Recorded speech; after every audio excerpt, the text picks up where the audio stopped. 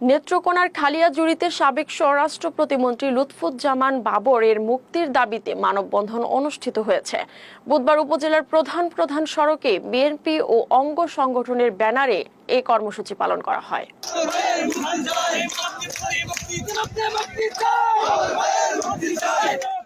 মানববন্ধনে অংশ নেওয়া নেতাকর্মীরা এ সময় অন্তর্বর্তীকালীন সরকারের কাছে অনতিবিলম্বে লুৎফুজ্জামান বাবরের নিঃশর্ত মুক্তির দাবি জানান।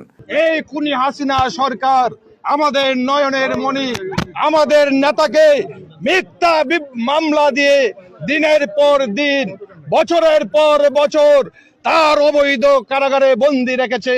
আমাদের নেতার মুক্তির দাবিতে আমরা একটা মানববন্ধন করেছি। মানববন্ধনে বক্তব্য রাখেন উপজেলা বিএনপির আহ্বায়ক আব্দুর রউফ স্বাধীন, যুগ্ম আহ্বায়ক মাহবুবুর রহমান কেষ্টু, নাজমুল হক তালুকদার আরিফ, উপজেলা যুবদলের আহ্বায়ক এনামুল হক ছোটন, উপজেলা ছাত্রদলের আহ্বায়ক মাজহারুল হক পলিন সহ অন্যান্য সংগঠনের নেতৃবৃন্দ। দীর্ঘদিন যাবৎ উনি অন্ধকার কারাগারে বন্দী আছে। এই স্বৈর শাসক হাসিনা সরকার মিথ্যাভাবে অন্যায়ভাবে ওনাকে বন্দী করে রেখেছে। ভাইয়ের আমার, আজকে বৈষম্য বিরোধী ছাত্র আন্দোলনের মাধ্যমে দেশ যখন মুক্ত হয়েছে, তারই প্রেক্ষাপটে আমরা বর্তমান তত্ত্বাবধায়ক সরকারের কাছে আমাদের প্রাণের মানুষটিকে, আমাদের হৃদয়ের স্পন্দনকে আমরা মুক্তি চাই। নেতৃবৃন্দ বলেন, বিগত স্বৈরাচার সরকার ষড়যন্ত্র করে তাকে মিথ্যা মামলা দিয়ে দীর্ঘ 17 বছর ধরে কারাগারে বন্দী করে রেখেছে।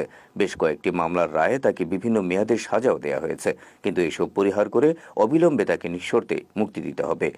যার জন্য আমরা অনেকদিন অপেক্ষায় আছি, যাকে এই 17 বছর এই স্বৈরাচারী সরকার মিথ্যাভাবে জেল কাটিয়েছে, এই মানবতা এখানে শেষ নয়। এই সরকারকে আমরা দাবি করবো তাকে অতিলম্বে মুক্তি দেওয়ার জন্য। হয়তো মুক্তি না দেয়, এই খালিয়াজুড়ি মাঠ থেকে আন্দোলন গড়ে তোলা হবে।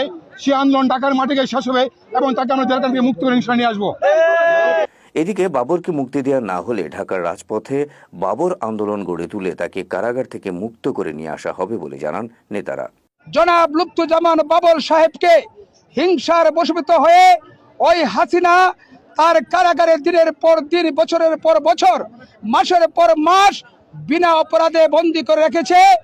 আমরা খালিয়াজুড়িবাসীর পক্ষ থেকে অন্তর্বর্তীকালীন এই সরকারের কাছে উদাত্ত আহ্বান জানাচ্ছি, আমাদের প্রাণপ্রিয় নেতাকে অনতিবিলম্বে মুক্তি দিতে হবে। যদি মুক্তি না দেওয়া হয়, তাহলে আমরা খালিয়াজুড়ি, মদর, মোহনগঞ্জ থেকে বাবর মুক্তি আন্দোলন শুরু করব।